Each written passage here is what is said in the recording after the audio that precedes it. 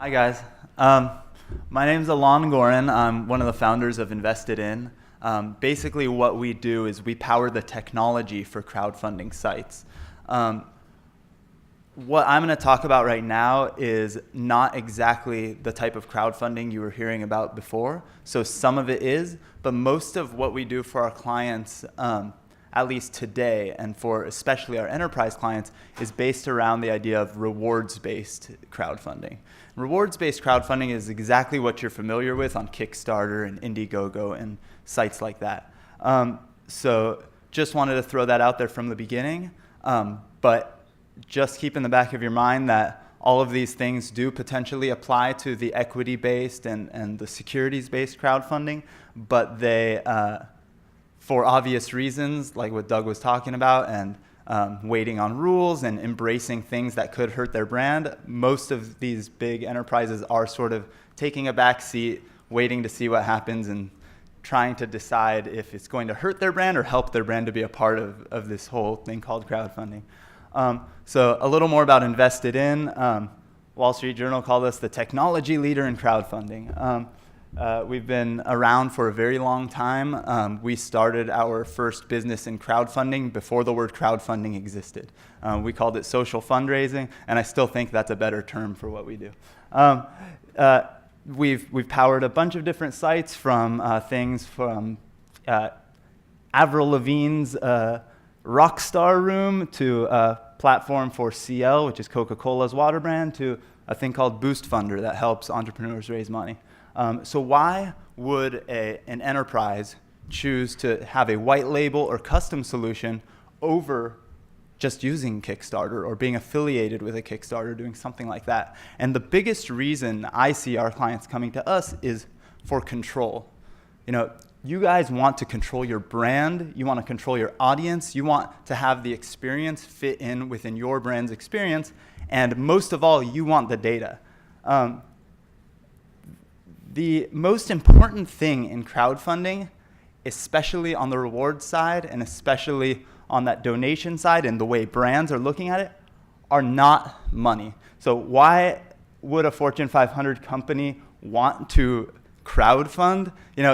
People go to me all the time and contact me and go, hey, somebody in our organization has gone down the pipeline and said, we need to do something with crowdfunding. And I'm confused as hell, because why the heck would we go out and ask people for money? It's not about you guys asking people for money. That's the last thing you want to do. It would look really bad. Even celebrities on Kickstarter are getting flack because they're raising money for a film, and they're millionaires. And people don't realize that on Kickstarter and on rewards-based websites, you're not raising money. You're doing really, really rock star e-commerce. Nobody on Kickstarter is raising money.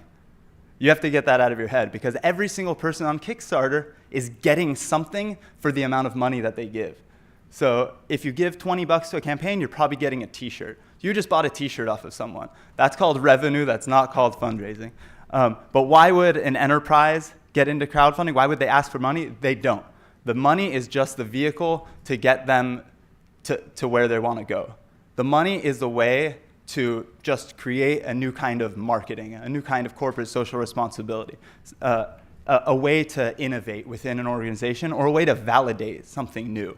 So, we're seeing big corporations get into this because they're realizing that when a dollar is raised on a website, there's 10 to 100 eyeballs that see this campaign and are interested in it. That means, if you look at the average campaign, if you took that money that was raised on that campaign and put it towards Google ads, you would get less people to see that page. So if you think about it that way, you're actually raising money for a good cause, but getting more eyeballs than if you would have spent money.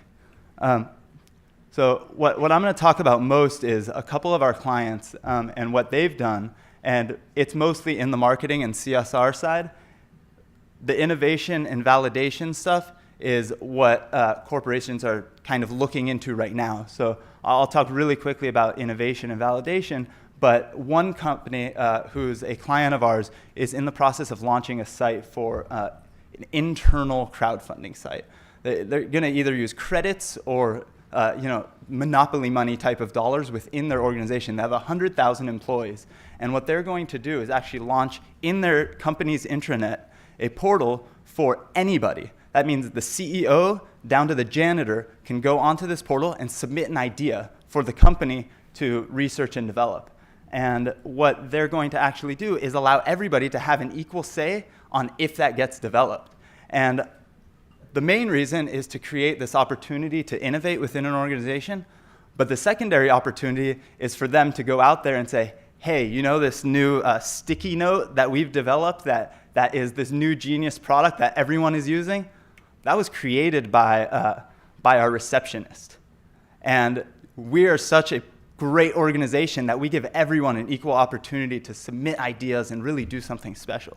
I'm really excited on that one. Unfortunately, we don't have any use cases to show yet. We're still under NDA with them, so couldn't talk about that. But what I'm going to talk about is equally as exciting. And the first one I'll talk about is a website we just recently launched for Coca-Cola Mexico. They have a water brand called CL. And CL is sort of the Dasani water of Mexico. And they started a campaign called Transformadora CL. And what they did was they actually launched their own crowdfunding site for communities in Mexico, for either nonprofits or for businesses to go, we need 200,000 pesos. It's going to create 7 jobs within our community, and we're going to bring clean water to this area that doesn't have clean water. Or we're going to do a sustainable energy product. Or we're doing a business, but it's going to create jobs. And if those projects get approved to go live on this crowdfunding site, Coca-Cola will actually fund the first 50% of the project.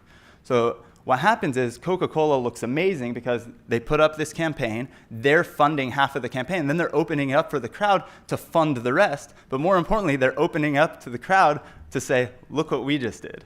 We just helped out these folks, and you can too. And they're driving traffic to this, and they're finding that it's been insanely useful in getting the word out and sharing things. So in the first 2 months that this site has been up, they've had over 1,300 registered users, over 450 individual investments into these few campaigns that they've launched. They've had 75 ideas submitted to them, and they've raised over 3.5 million pesos for the local communities in Mexico, not including the money they put into it. Now, that's really impressive, and that's great, and that doesn't sound like the hugest numbers, but if you do a blog search on Google for Transformadora CL, which is what they just launched 2 months ago, there's over 3,000 results. That is huge. What other campaigns does a company launch that brings over 3,000 Google results within 2 months? They're getting a ton of marketing out of this, and they're getting a ton of eyeballs. And that's besides the traffic they're driving to it. They're getting people writing about them on a daily basis. Now, the next one I want to talk about very quickly is Alberta Booster. There's a bank in Canada called ATB Financial. They're the largest community-owned bank in Canada. They're the community-owned bank of Alberta, Canada.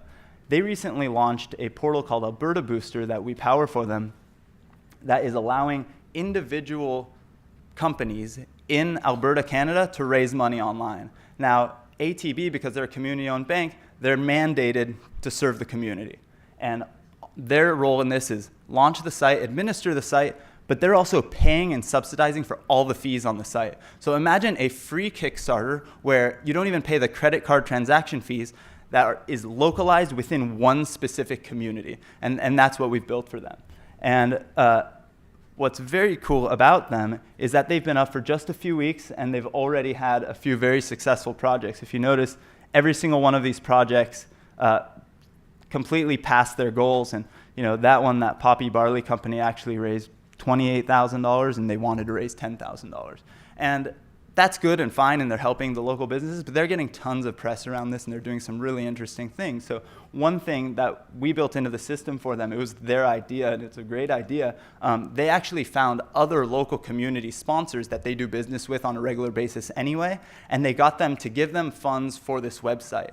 And instead of taking these funds and just handing them off to somebody or putting their logo on the site, what they did was they created these promo codes and basically like funny money, where they go to local conferences and say they engage the community by handing them all out these pieces of paper that says, this is $50 towards Alberta Booster. Now go onto our site and support a local member of our community. And what they're realizing is that when people take that $50 or $25 or those $10 tickets and they put them up on the site and support one of the local businesses in the community, almost every single one of those people are pulling more money out of their own pocket and supporting them as well, which is really, really huge because they're basically engaging the community into raising money for the community for really great, homegrown businesses.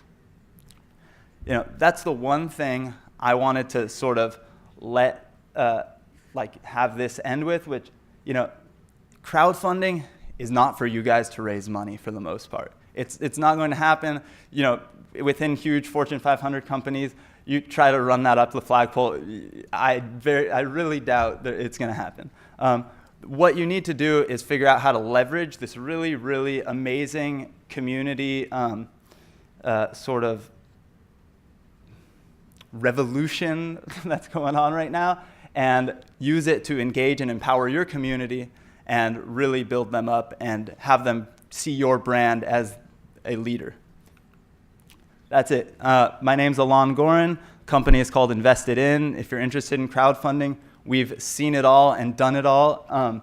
If you have any questions at all, regardless as if you think we might be a fit for you as a client or a vendor, please let me know. Any questions?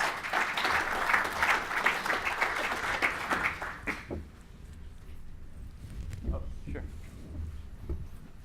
Hi, I'm Arthur from Seeds. You say it's marketing. How sustainable will it be? I mean, it's pretty new, crowdfunding. Yeah. Within 10 years, it's still marketing? Absolutely. So what I really believe is these people are building communities, and they're long-term communities. And the exciting part is that there is some upfront investment, and then there's probably an investment in terms of having some staff full-time looking at this. But as time goes by, it would actually be I would believe that it would be more and more valuable. So, for example, ATB Financial launched a few weeks ago. They had maybe 6 or 7 projects on there that were successful so far. Those 6 or 7 projects are bringing more projects, and basically they're building a huge database of businesses in their community, not just for the press that they get and the potential opportunity of those businesses depositing the money into their site, but they're basically getting to know and building a relationship with all these people. So years from now, those 7, it doesn't grow linearly, it grows exponentially. Running crowdfunding sites, I see that all the time. So I really believe that over time, that investment will pay off in dividends. Great. Anybody else? Cool. Thank you so much.